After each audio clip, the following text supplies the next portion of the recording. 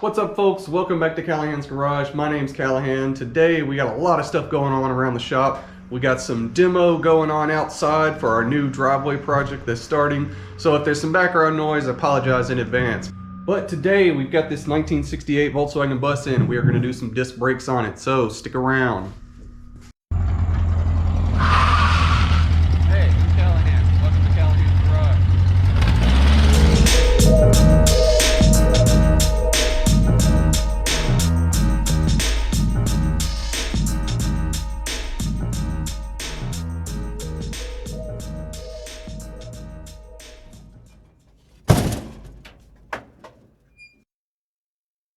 So today we've got this 1968 Volkswagen bus in.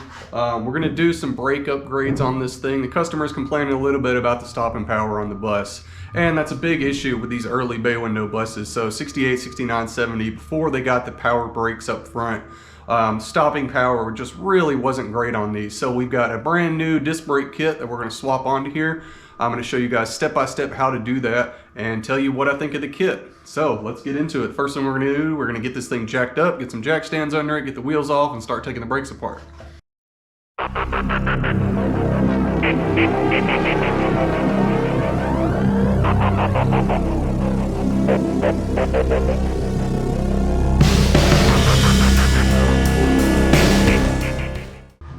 Okay, so we've got our original front drum brakes on here. Our new disc brake kit is going to replace everything on here.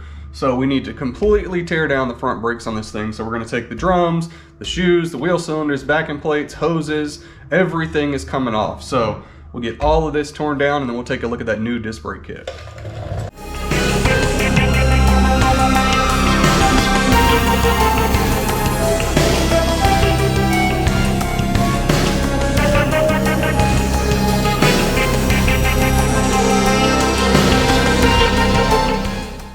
Alright, so we've got our brake drums off. Sometimes it's going to be a little tricky to get off if the brake shoes are adjusted nice and tight, so you may have to back the adjustment on the shoes off a little bit to help get those drums off sometimes. The next thing we need to do is unhook the brake lines. So we have our rubber flexible brake line that runs up to our steel brake line that runs over to the master cylinder. So we need to get that rubber line unhooked from the steel brake line. And this can be a big problem on these cars. What will happen is you will strip off, you'll break off the steel brake line. So what I have is a little brake line tool. This is from Flex Force. Snap-on used to make something very similar. And the way this works is it just has a little brake line fitting, or wrench that goes around the brake line fitting. And as you turn on this, as you wrench on this, it squeezes tighter and tighter on that fitting. So this has broken loose the rustiest brake lines for me. This will absolutely save you on a project like this, because we do not want to get into replacing all of our hard lines on everything on this. They're a little rusty, but they're still in pretty good shape. We're going to clean them all out good before we bleed our new brakes out.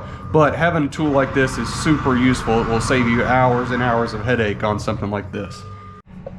Okay, so we're going to take this brake line loose, and as you can see, this thing is good and crusty.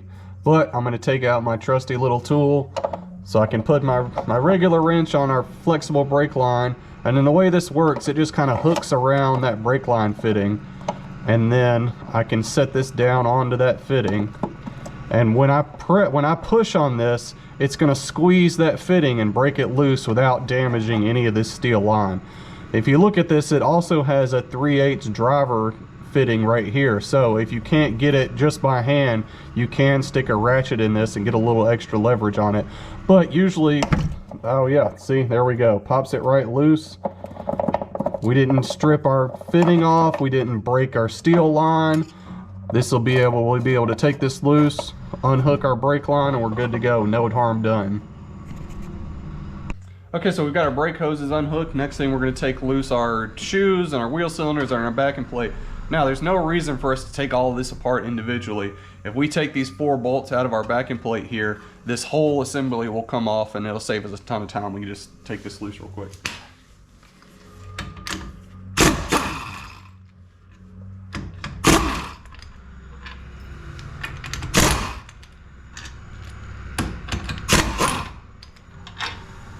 So 4 little bolts, whole assembly comes off. we're done with this side. Let's go get the other side taken apart.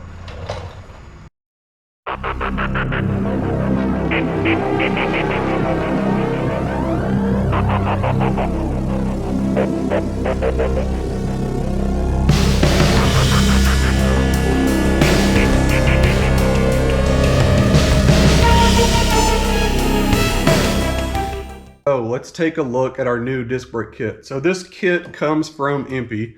It is the EMPI Early Bay Disc Brake Conversion Kit. The customer bought it through J-Bugs. They brought this kit to me with the bus.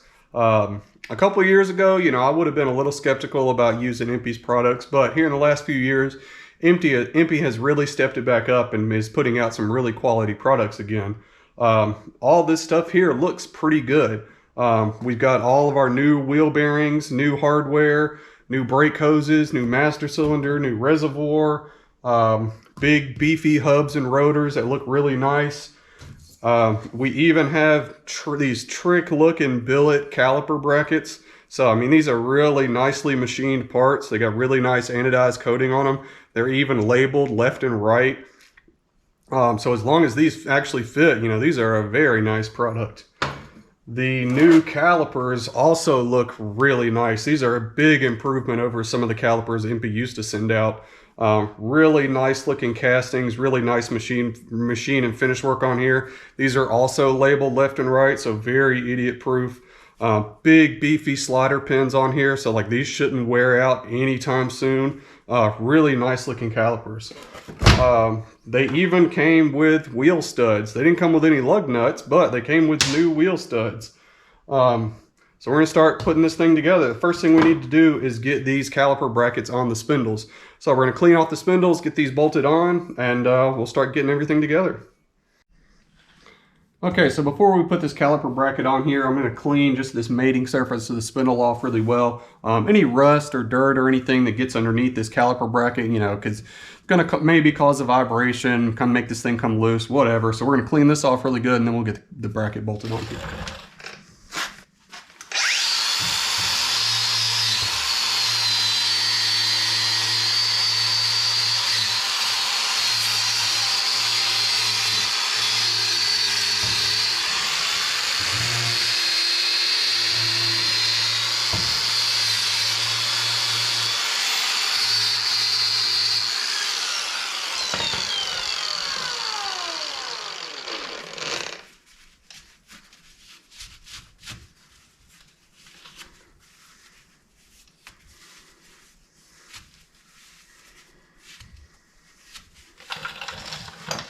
Okay, that's nice and clean. You can see all I did is just hit it with my wire brush attachment, knock all the grime and grit off of here. We don't want to remove any material off of this. We just want to get it nice and clean.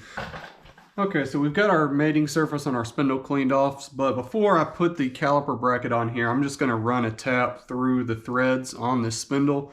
These threads are, you know, they get a little rusty, they get crud in the back of them, and the bolts for the caliper bracket are a little longer than the original one, so I'm just going to take my tap and run it all the way through these bolt holes, get them nice and cleaned out. That way our Loctite on our new caliper bracket bolts will hold nice and tight, our threads will be nice and clean, everything will go together nice and easy, and this will only take us a second.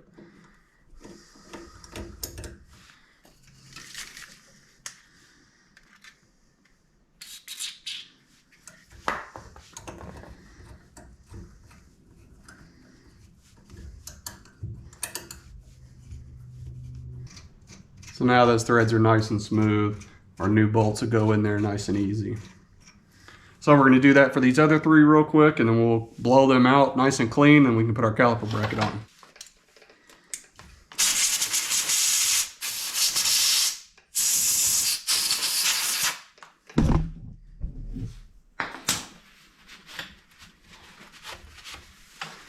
Okay, so now we got those bolt holes nice and cleaned out. We can take our caliper brackets and put on there.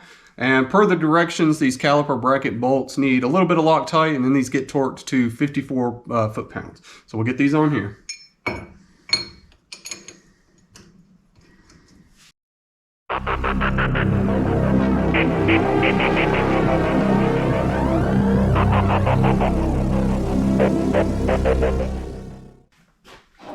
All right, so the next thing we need to do is get the hub and the rotor built out to put onto the bus. So on these buses, the hub and the rotor is all one cast piece. It's all the same deal. So we need to get our races and bearings and new grease seals installed into these.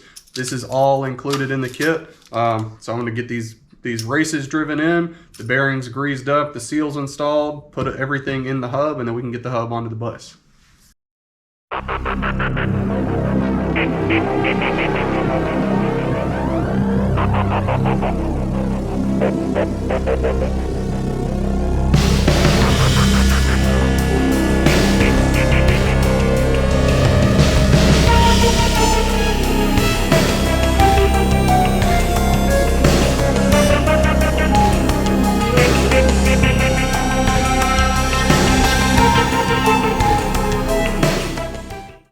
Okay, well, we got the races for our bearings driven in here, and as you could see, they did not want to go in. These inner races just did not want to cooperate. They would not go in straight.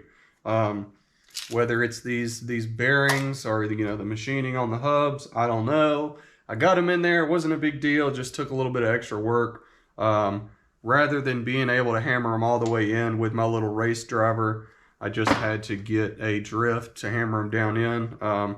If you do use, a punch or a drift or something to drive these races in, just make sure you use one like this. This is brass, so it's not going to mar up the surface of the race. It's not going to chip or swell out the top edge of the race. When you do use this, though, make sure you clean all the little brass chips and everything out of there. We definitely don't want any little metal shavings or bits, stuck in our grease and grinding up into our bearings. So now we can get the bearings packed, put into the hubs, we'll get our grease seals in there, and then we can finally get these onto the bus.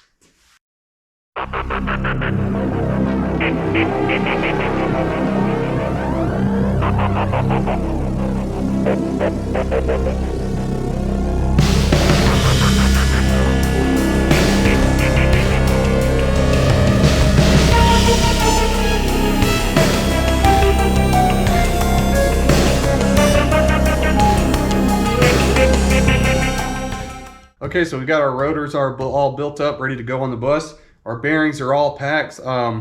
If you don't know how to pack a wheel bearing correctly, find a video for that. Pack your wheel bearings with plenty of grease. That is super critical. You don't want to go through all this work and then a week later your wheel bearing seize up. I like to use this Lucas heavy duty green grease. A lot of people use the red high temp grease. That's totally fine. Don't cheap out in your grease. I use this in my big truck and in everything, and I've had really good luck with this stuff. You can get a wheel bearing packer just like this at Harbor Freight for a few bucks. Makes all this super easy. Make sure you get your bearings packed adequately. So now we can get these on the bus. We'll get these all torqued down and adjusted and good to go. Okay, so we're ready to put our new rotors and hubs onto the bus. You can see I've got my spindle all greased up here. You don't want to put too much grease on here. You can over grease this and it'll just end up slinging the grease out of that seal on the back. So just get a little bit of grease on your spindle, and then we can just take our new rotor, slip it on there, and if you just kind of hold this outer bearing in place while you feed it on there, it's just going to go on there nice and smooth. Okay, so next is our thrust washer. The kit comes with this new thicker thrust washer. You need to use this, otherwise your spindle nut will bottom out on the edge of the rotor here. So, new thrust washer that comes with the kit, and get this tightened, get this spindle nut on here. Now, a lot of people will over tighten this spindle nut, and what that's going to do is just put too much pressure on the wheel bearings. Your wheel bearings will burn up and wear out prematurely, and we definitely don't want that. So, when I'm tightening this nut up, usually what I'll do is just kind of rotate the hub as I'm tightening this and get it pretty good and tight so we get those bearings seated really well. And then what I'm going to do is back it off and then just snug it up. Like I said, this does not have to be super tight. We just want it, good and tight so there's no wiggle in our wheel bearings. Everything spins nice and free. And then we'll tighten this grub screw up and lock all this down.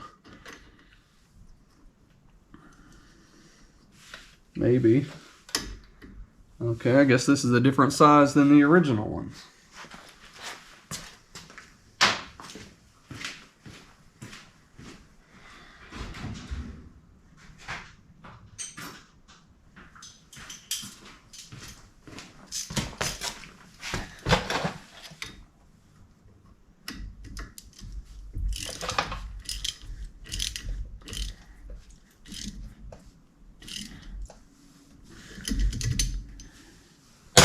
Okay, so we got our spindle nut tightened.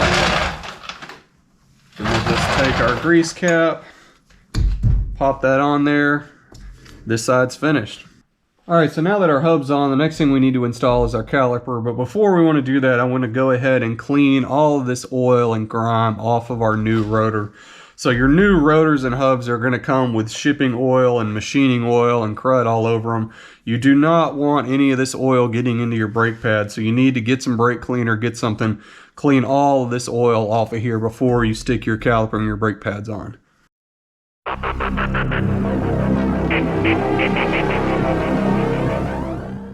So the next thing we're going to do is install our new calipers. So the main thing is we just need to make sure that we grab the correct side.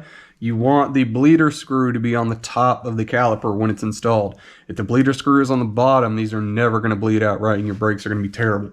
So grab the one with the R for the right side, and this is just going to bolt onto our bracket. It's pretty straightforward.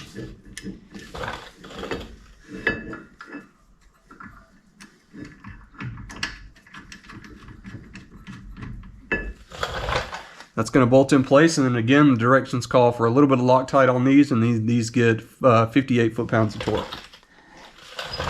Okay, next thing, we've got these little dust caps that go on the back side of our slide pins on the caliper. Now, these are pretty critical. I've never seen a kit come with these, but these slide pins don't have any rubber boot or anything on the inside of them. So there's nothing to stop dust and grime from getting in those and seizing up those slide pins. So you need to make sure that you definitely remember to install these. And the kit even comes with this little tool to where you just put this dust cap on there. You can just hammer them on there really quick. So we're going to do that.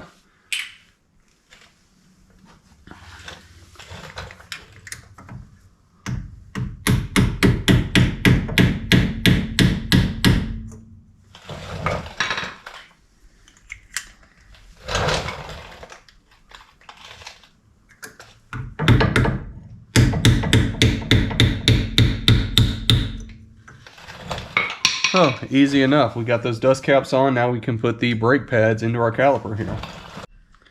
Okay, so next we're ready to put our brake pads into the caliper. So the calipers come, or the pads rather, come with these anti-rattle clips, and then they also come with a backer for your new brake pad.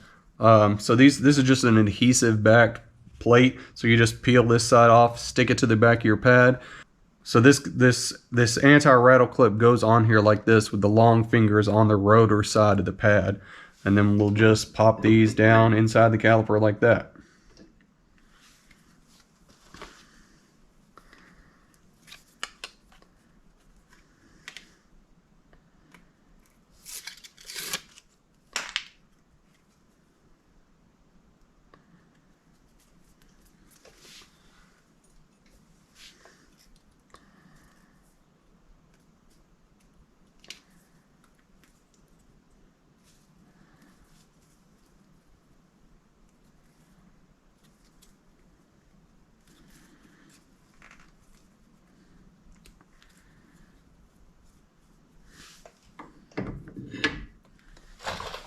So then to hold the pads in, all the EMPI calipers have always just come with these pins like this. So these pins are just going to press in through the pad, over the anti-rattle clip, over the next one, and through the outside pad, all the way through our caliper. And then once that's in, these come with a little cotter pin to keep them in place.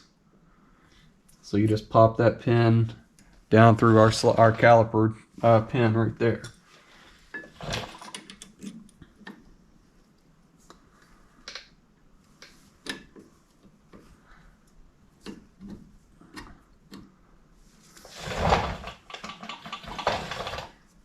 And these pins can be kind of challenging to get lined up and all the way through, but just take your time. They'll get through there.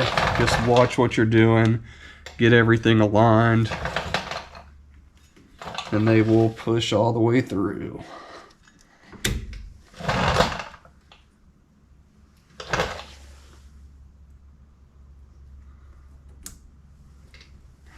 Usually on a cotter pin like this, the directions don't really tell you what to do here. But you see that I've oriented my cotter pins so that they press down in. You typically, that kind of mitigates the risk of them falling out the bottom. So just popping them in from the top side just gives you a little peace of mind there. So we're ready to put our new brake hoses on. Inside of the box with the caliper, there are going to be 2 copper crush washers. These are for the brake hoses.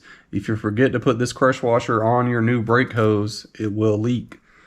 So when you install your brake hose, you always want to install the hose into the caliper first and get that tightened down, and then install it into your hard line.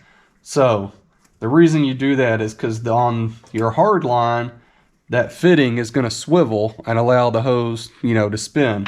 On your caliper side, that hose does not swivel. So if you tighten up the hard line first, you're not going to be able to rotate the hose and get it tight in the caliper. So install it into your caliper first, get that side good and tight, then install it into your steel brake line.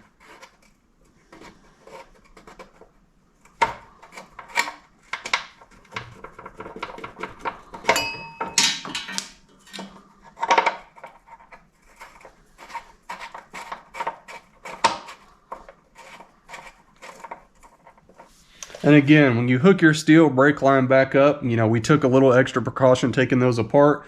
You still want to be cautious putting those back together. It is very easy to round those fittings off, to put a kink in that steel brake line, to break the end of that off. So just be cautious when you're tightening all of that back up.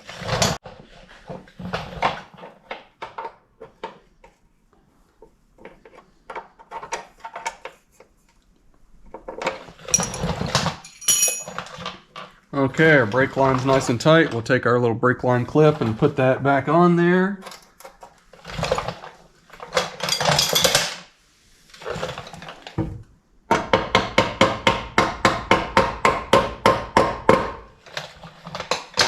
And that wraps it up for this side. So we're going to go bang out the other side, and then we'll be ready to start wrapping this thing up.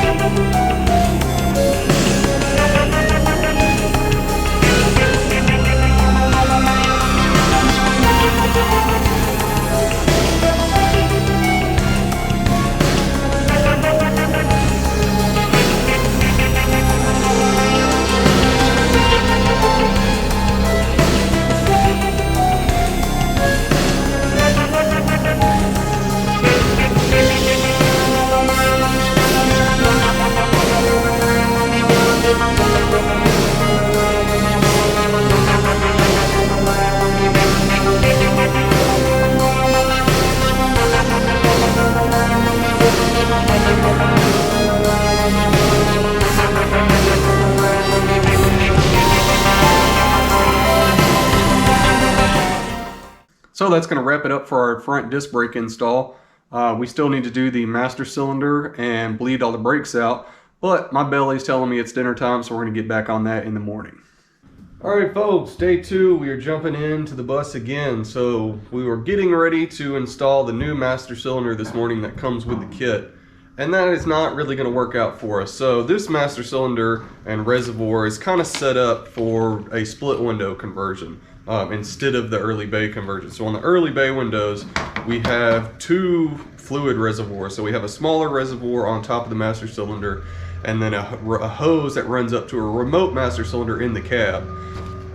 In the earlier buses, we have a reservoir like this where we can access the fill from an access point in the floor. The early bay does not have that, so this reservoir isn't going to do us any good, and the original reservoir is not going to fit onto this new master cylinder. So for a couple of reasons, this isn't going to work for us today. We are still going to get a new master cylinder put into this bus at some point. But for our purposes today, we're just going to get the brakes bled out with the old master cylinder, take this thing on a test drive, feel the brakes out, and see what the customer wants to do with the new master cylinder and how we're going to proceed. So let's get into bleeding the brakes. Alrighty, so we're going to get ready to bleed the brakes on this thing. Should be pretty straightforward. You know, we didn't have a whole lot of the system apart. We just changed out the hoses and put our new calipers on. So this should bleed out, you know, pretty painlessly. I do have my little brake bleed bottle. It's just a hose that goes down into some old brake fluid. This makes the bleeding process a little bit easier, a little less messy. We don't have brake fluid squirting out everywhere. So I'm going to go fetch my lovely assistant. We'll get these brakes bled out, and then we can go test drive this thing.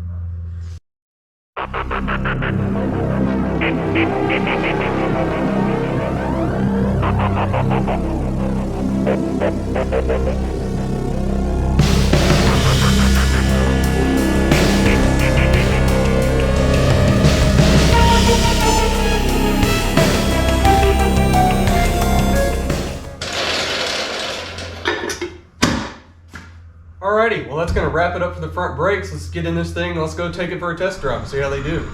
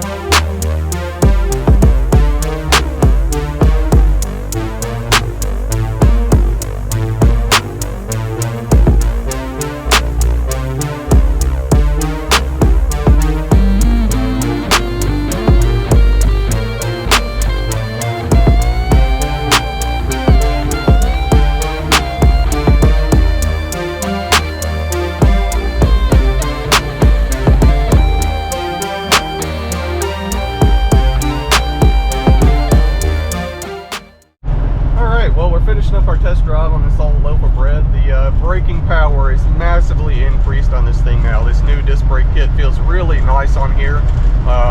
Really comfortable stopping power now, you know, keep up with modern traffic a little bit better, be able to stop when you need to. Feels really nice. Overall, disc brake kit, not a bad kit. The brakes themselves, really nice product. They feel really good on the bus.